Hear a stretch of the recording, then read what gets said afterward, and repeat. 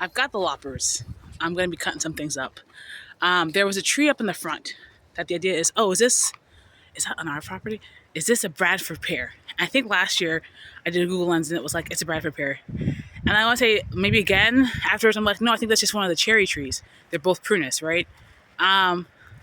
But now it's blooming, same time as all the other Bradford pears are blooming. But also, so is the sand plum. The sand plum doesn't get that big. And the sand plum doesn't grow so upright and crisscross. Anyway, I'm going to show you where the sand plum is.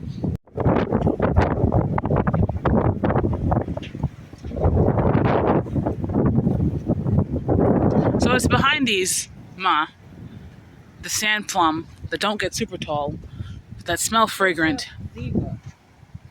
Who? She's so dramatic. This one? Yeah. Yeah.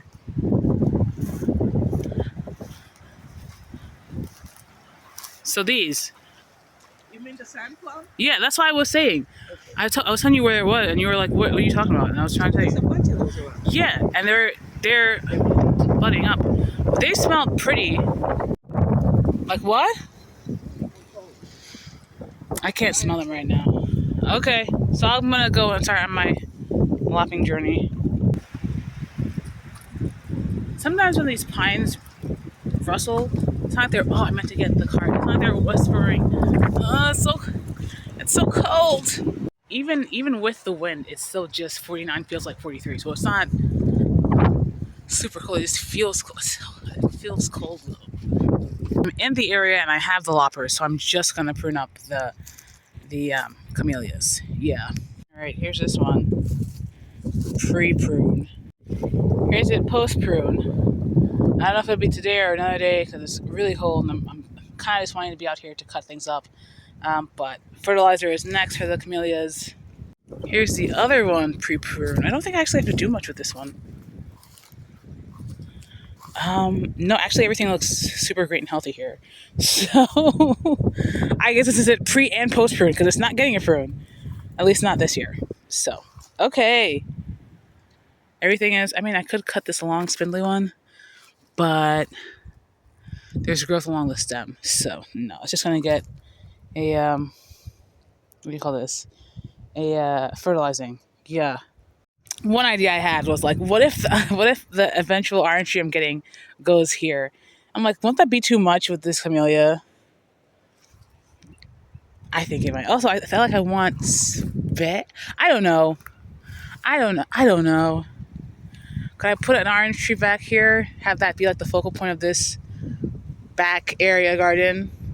But then it's gonna block. I mean, it would half block the camellias, right? Mostly block the camellias. I don't know. It's March 6th. Nothing else is budded up except for the plum, I think. And I have cherry trees here. And I have a pear tree. Neither of them are budded up, which is leading me to believe that yes, this is in fact an invasive calorie tree. I keep trying to Google Lens it. I'm gonna take more photos because it's not necessarily like super much showing consistent answers. So yeah. So here is the tree all budded up.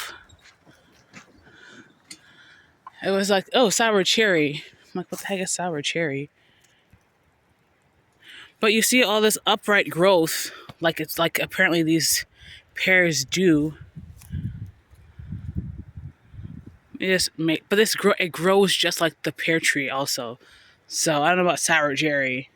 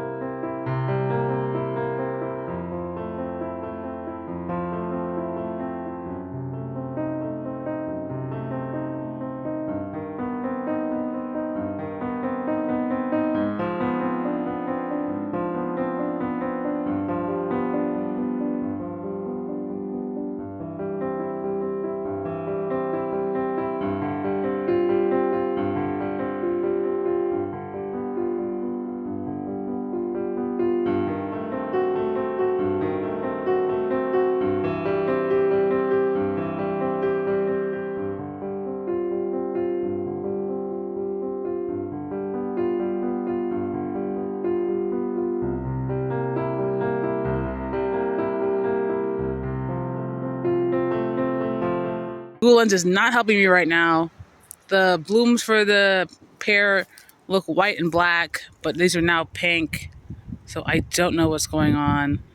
At the very least, I'm going to cut a lot of these limbs off because they're crossing and ugly. At the very least. Also, I don't really have... Some of these are extra thick.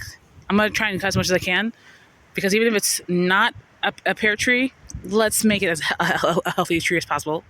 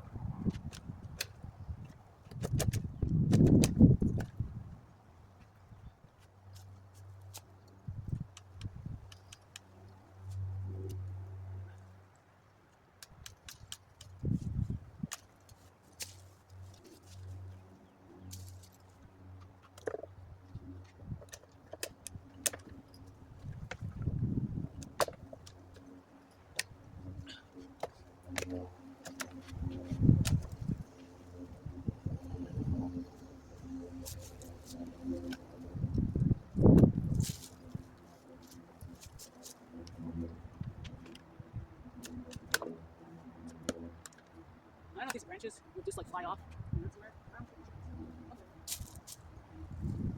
My nephew is small, he can come and help me. Or rather, he's able to or willing enough to do so. He can come and help me pull the branches. Come on, pick them up.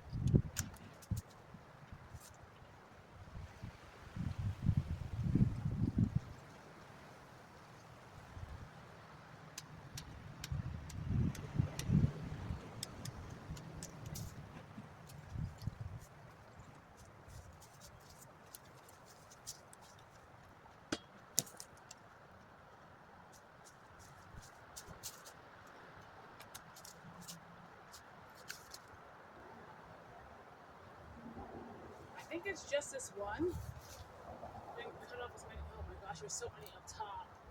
Why?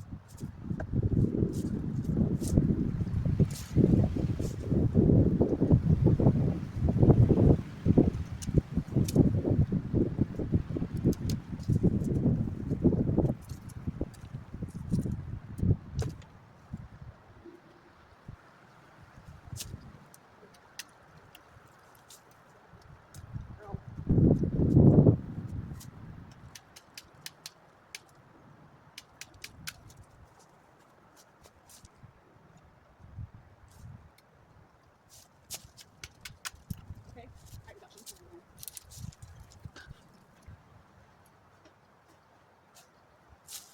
Sorry, you're in my way. You're in my way. I think these are oak, maybe though. Might.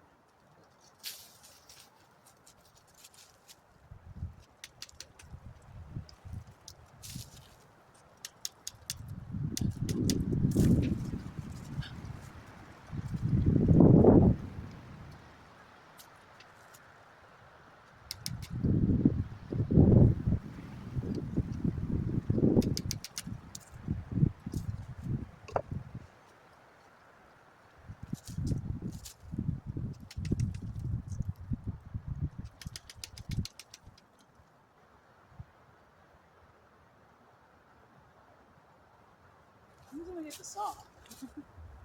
Why am I struggling? I'm just gonna get the saw. But first, I guess I'm gonna cut up a bunch of these limbs.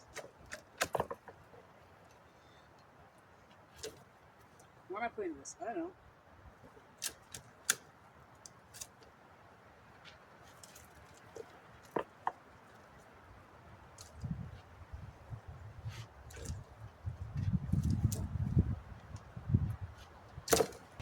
Okay, that's what remains. I have well, there's a saw that I think could work. So I'm gonna see about getting the saw. But this is all those limbs. It's a lot of them. A lot of tall ones. I don't know. I don't know what I'm gonna do. But I'm glad it's gone, I guess.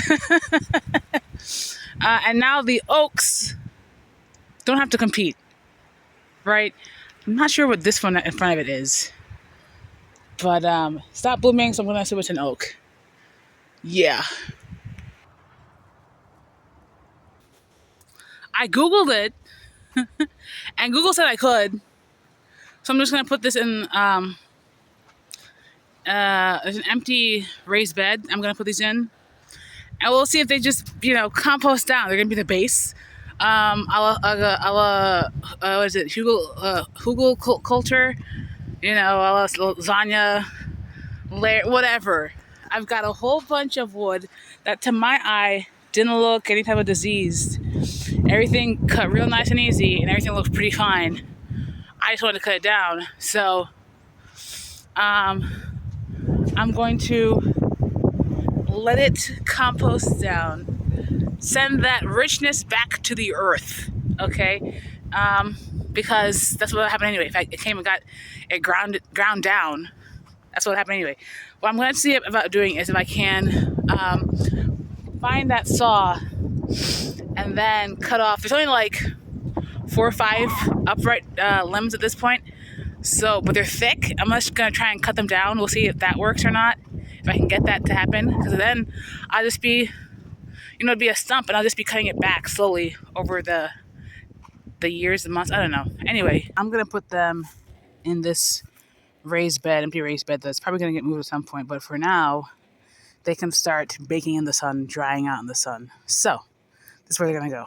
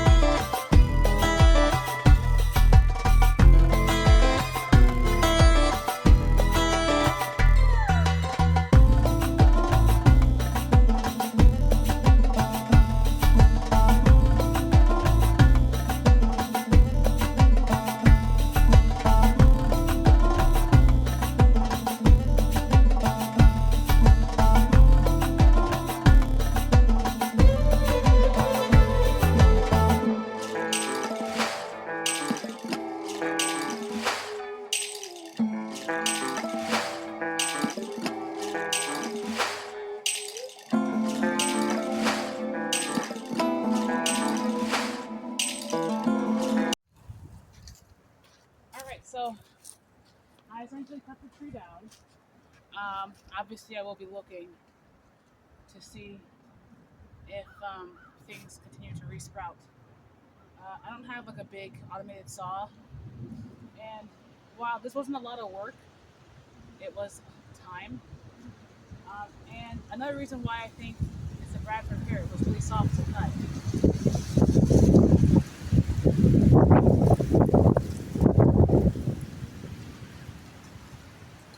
It was really soft to cut, and I know what the black cherries look like. So, yeah, yeah, exciting. The suspected calorie pear. It's beautiful. If only it would focus. It's beautiful, fantastic. Over here we have some oaks, but among the oaks is a cherry tree. Okay. This, first of all, we don't want the jessamine here. Okay, I don't want any more Caroline. But look at how she's so robust. This is not that. Look at how we don't have a bunch of wildly crossing big ass branches all going upright, right? They're going all over the place. Okay, I could not cut this as easy as I could cut that.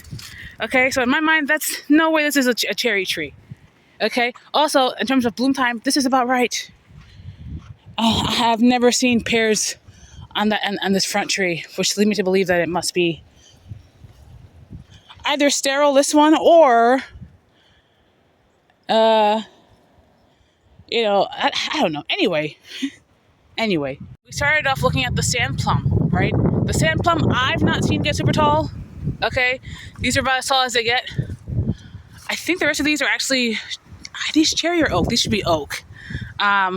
But again, beautiful bark, different blooms. Okay, if you'll focus, different blooms.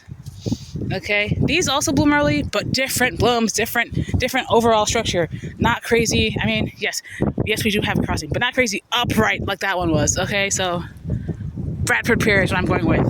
I forget if these are primarily white oak or water oak, or if it's a mix of both we have here. But generally speaking, in this stand, in this forestry of native trees, and I have to keep on top of the mimosa trees because last year I kind of didn't. But towards the fall, the seedlings, I got towards them in the fall. Why would I let a calorie pear stand if we're chock full of native trees? Why would I do that? I wouldn't. I didn't. Okay, I didn't.